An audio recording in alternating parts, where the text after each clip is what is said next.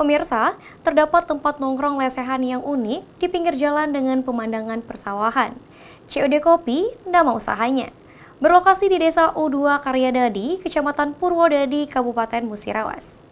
Tempat nongkrong lesehan yang unik berlokasi di pinggir jalan Desa U2 Karyadadi, Kecamatan Purwodadi, Kabupaten Musirawas. COD Kopi memberikan keunikan tersendiri dengan pemandangan sawah yang luas.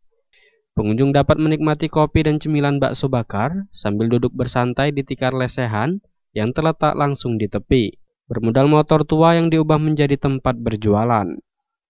Tio adalah owner dari COD Kopi ini, buka dari jam 4 sampai menjelang maghrib.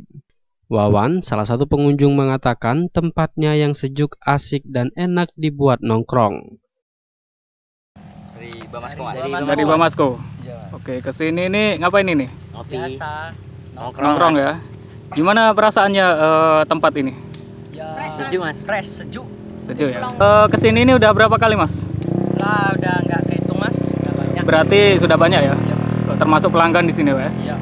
Oke. M. Dhani Rahmadi, Silampari TV melaporkan.